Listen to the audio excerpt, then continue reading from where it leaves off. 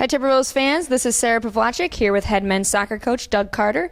After a 2-1 defeat over Saginaw Valley, Coach, what are the outcomes of today's game? What are your thoughts? Well, apart from the fact that we lost, unfortunately, for us, we were disappointed. We conceded a very early goal 2 minutes into the game. Probably didn't close the guy down in midfield quickly enough. But saying that, he was incredibly creative, went for a long shot. And disappointed in terms of with Johannes in goal. Feel like he should have done a little bit better. He probably got caught too far off of his line. So after that, the team really seemed to bounce back. We had the better of the first half, I felt, without really ever creating enough clear-cut chances. Lots of half chances, lots of openings, and we just failed to execute a little bit in the first half. But it was difficult for us because we were always chasing the game from 2 minutes in. Yeah, it seemed going back to the U of M Dearborn game, we had 6, 7, 8 shots on goal.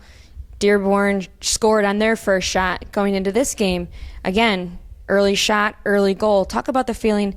I know last year you had a lot of early goals of your own to kind of go ahead. Talk about the difference that the being down early means to you. Well, for us, you never want to give something up early, and historically speaking, we've always prided ourselves on good defence. We came into today's game ranked 16th in the nation, supposedly, and I really do think that if we continue to give up bad goals, we're not going to be successful as a team. We gave up some poor goals against U of M Dearborn, and we feel like we certainly gave up a poor goal today. Yeah, talking about the rankings, Saginaw Valley came in ranking 6th, Northwood came in ranking 16th. Talk about how obviously rankings don't necessarily mean that's what's going to happen on the field. Talk about the feeling of your team before today's game. Well, it's always going to be a big game when we play Saginaw, especially for the rivalry that men's soccer has seemed to develop over the last several years. So the fact that we are both ranked just seemed to make the game a little bit better, especially for an early season game. But with that said, we knew that they were going to play a little bit more direct. We knew that they were going to be very good on the counter-attack. And that proved to be the case, particularly in the second half when they got the second goal. Yeah, I was just going to bounce up to that. So let's fast forward. Northwood's down 2-0, second half. Keaton Levick with the ball. Talk about how that felt and what that meant to the team, Keaton Levick scoring and making it 2-1. Well, we needed a lifeline at that stage. We had probably the better of the chances in the second half.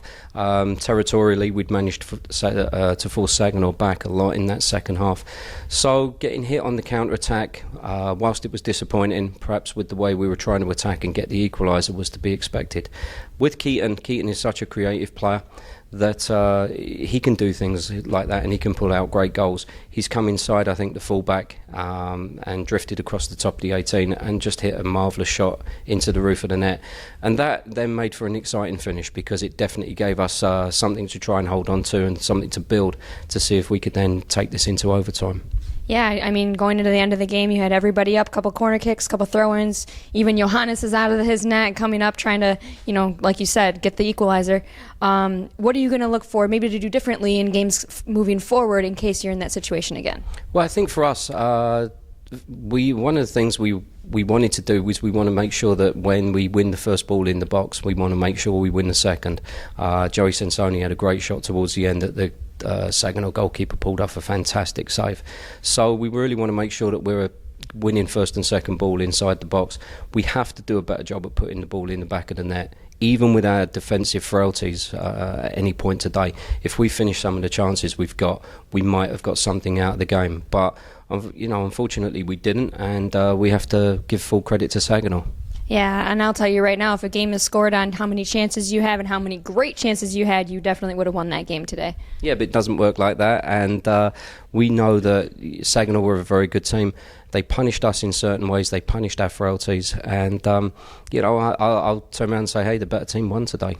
Okay, Coach, let's talk about moving forward. Next week, you have another home game, Walsh. Talk about what you're looking for out of your team and what you're expecting out of Walsh. Walsh, we would hope, it's really imperative for us that we have a good week of practice. It's imperative that if we're going to be a good team, aside from trying to be a great team, if we're going to be a good team, we have to come out this week, have a very good week of practice, and then see if we can get an even better performance against Walsh. We need to see if we can have a lot more of a cutting edge offensively, so as we can score some of these goals. And we'll have total respect for our opponent. Walsh have given us several really good games, but we will look to be very, very effective and hopefully come out with a win. All right, thanks, Coach. Again, Northwood, Saginaw Valley, Northwood 1, Saginaw Valley 2. Post-game recap with Coach Doug Carter.